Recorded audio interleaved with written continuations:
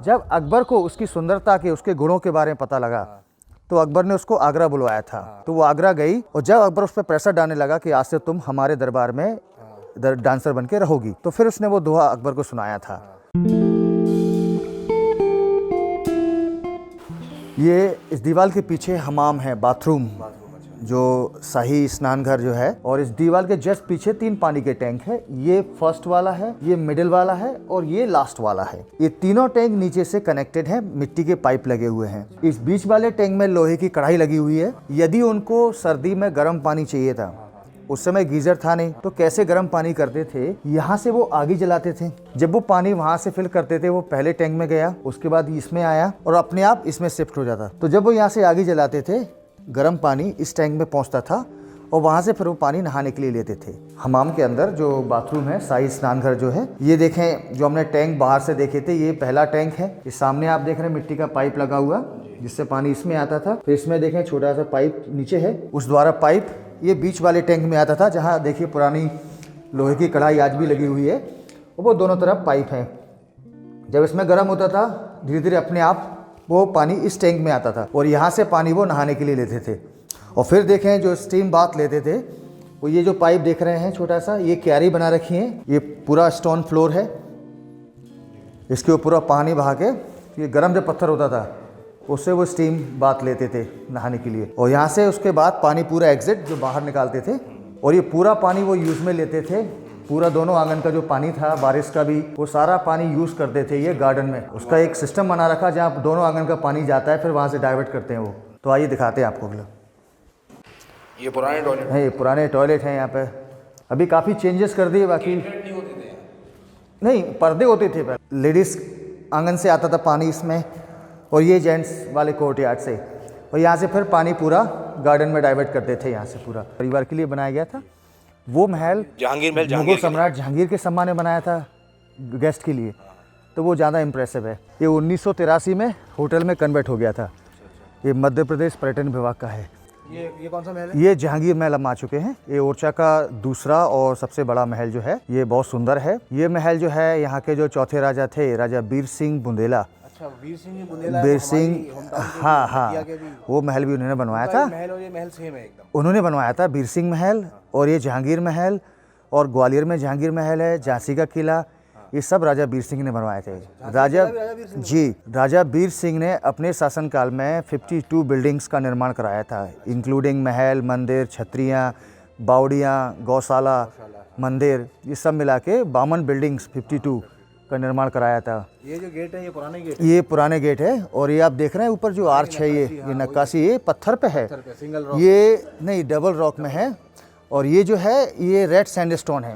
ये red sandstone local पत्थर नहीं है, ये पूरा पत्थर उस समय धौलपुर राजस्थान से मंगवाया गया था इस महल को डेकोरेट करने के लिए। ये महल मोस्ट जो है रेड सैंडस्टोन से सजाया गया है। ये महल जो है राजा वीर सिंह बुंदेला ने अपने फ्रेंड जहांगीर के सम्मान में बनाया था, और इस महल को बनाने में टोटल 22 साल लगे थे, सन 1605 से 1627। सन 1627 में जब ये महल बनके तैयार हुआ, महल पहले बना था कि दतिया का महल पहले बना? नहीं, ये पहले का है, पहले का है। मैं जब ये महल बनके तैयार हुआ 1627 में, तो इसका मुगल आर्किटेक्चर है, इंडो इस्लामिक दोनों मिक्स, ये बेस्ट एग्जाम्पल है इंडो इस्लामिक आर्ट के लिए जो देखा जाए इस महल में। तो आर्किटेक्चर जो है जी, छत्रियाँ आप जो देखें इस महल में, जो छत्रियाँ हैं ये पूरी बुंदेली और राजपूत शैली में है। इस तरह से पूरे महल को बनाया गया था इंडो इस्लामिक शैली में।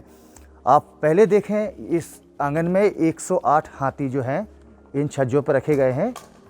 ये पूरे 108 हाथी हैं। 108 जो अपना शुभ नंबर होता है, प्लस हाथी क्या गणेश का प्रतीक है। तो ये पूरा हिंदू शैली में है।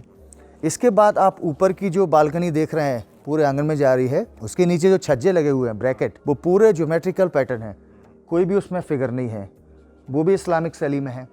ऐसे ही ऊपर के आप जो प्लेन डोम देख रहे हैं, डोम जो है इस्लामिक में है, और डोम के टॉप में क्या है, कमल, कलश, नारियल जो हम मंदिरों पर रखते हैं, वो हिंदू शैली में है। इस तरह से पूरे महल को सजाया गया था। ये महल किसी भी एंगल से देखें आप, ये सिमेट्रिकल है, एक समान है। इधर से देखें या इधर से देखें, एक्सेप्ट ये बात का जो पार्ट ऐड किया गया ना, ये सामने दिख रहा है आपको, जो जीने ऊपर जा रहे हैं स्टेप, ये सब बाद में ऐड किए गए हैं, ये सिमेट्रिकल नहीं है। बाकी आप हर एक एंगल से देखें, इस गेट को देखें, और उसके अंदर जो गेट है पीछे में वो दोनों एक हैं। इस वाले गेट को देखें और इस वाले देखें, ये दोनों एक हैं। इस तरह से पूरा महल इक्वल बनाया गया है। ये इस महल में 236 कमरे टोटल हैं, उसमें 136 थे राजा महल में, इसमें 236। ये महल 5 मंजिला है, 3 ऊपर है, 2 नीचे बेसमेंट में। हम अभी जो खड़े हैं इसकी तीसरी मंजिल पर खड़े हैं। तो 100 कमरे जो नीचे हैं और 136 यहाँ आंगन में। और जो दतिया का महल है उसमें 5 मंजिल ऊपर है, वो 7 मंजिल है वो जी। वो स्वास्तिक शेप में बना हुआ है, स्वास्तिक शेप में बना हुआ है। एक्चुअली ये सारे महल जो है, झांसी का किला है या बीर सिंह महल दतिया का है, फिर ग्वालियर में जहांगीर महल है, ये जहांगीर के स्वागत में ऑन द वे ये स्टॉपेज बनाए गए थे। वो यहाँ कभी आया नहीं। आया था, ओरछा आया था, एक महल में एक ही दिन रुका था, 1627 में आया, एक रात रुका। अगले दिन वो यहाँ से जब जाने लगा तो ओरछा महाराज ने ये महल जो है जहांगीर को गिफ्ट कर दिया था, केवल एक ही महल जो उसको गिफ्ट किया था। तो उस दिन से ये जहांगीर महल नाम हो गया। और उसी ईयर में 1627 में उसकी डेथ हो गई थी, फिर उसको लाहौर दफनाया गया। तो उसकी डेथ के बाद उसका बेटा शाहजहां कभी आया नहीं और ओरछा महाराज ने कभी यूज़ नहीं किया, कि ऑलरेडी तोहफे में दे दिया था। तो इसीलिए ये महल एक ही दिन यूज़ हुआ था जी। और इसका ही नाम जहांगीर महल है और किसी महल का नाम जहांगीर महल नहीं है, क्योंकि यही एक महल है जो जहांगीर को गिफ्ट में दिया था। इसमें ये मेन आंगन है, सामने आप देख रहे हैं स्विमिंग पूल बना हुआ है और ये 4 पानी के टैंक है जिसमें फूल पत्तियां सजाते थे। पर ये इसका मुख्य द्वार है, मेन गेट जो बोलते हैं।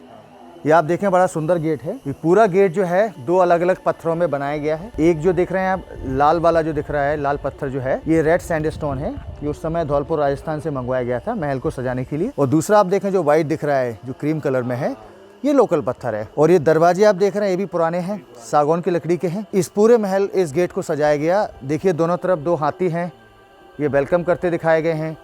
इस हाथी के टॉप में जो 2 बालकनी दिख रही हैं लेफ्ट और राइट में, ये बनाई गई थी लेडीज़ों के लिए।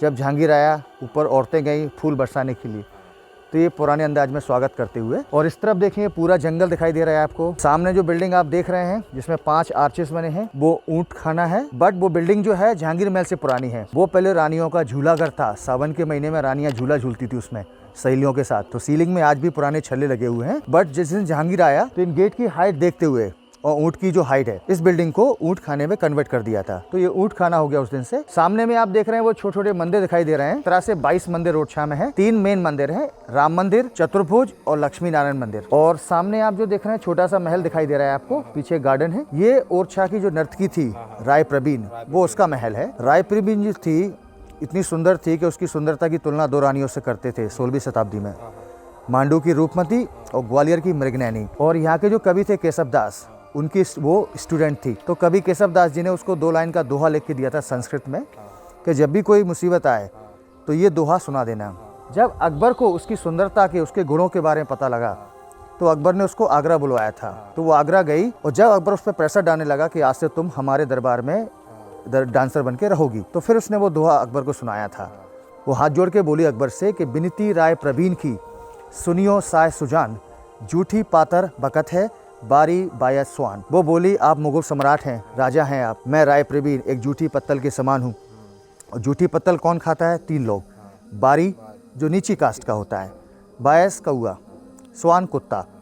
तो वो अकबर से सवाल पूछी कि आप बताइए, यदि आप मुझे यहाँ रखना चाहते हैं तो फिर आप इन 3 में से कौन है? तो फिर अकबर ने प्रसन्न हुआ और उसको मान सम्मान ओरछा भेजा तोहफाओं के साथ, और ओरछा महाराज को आदेश दिया उसको महल दिया जाए।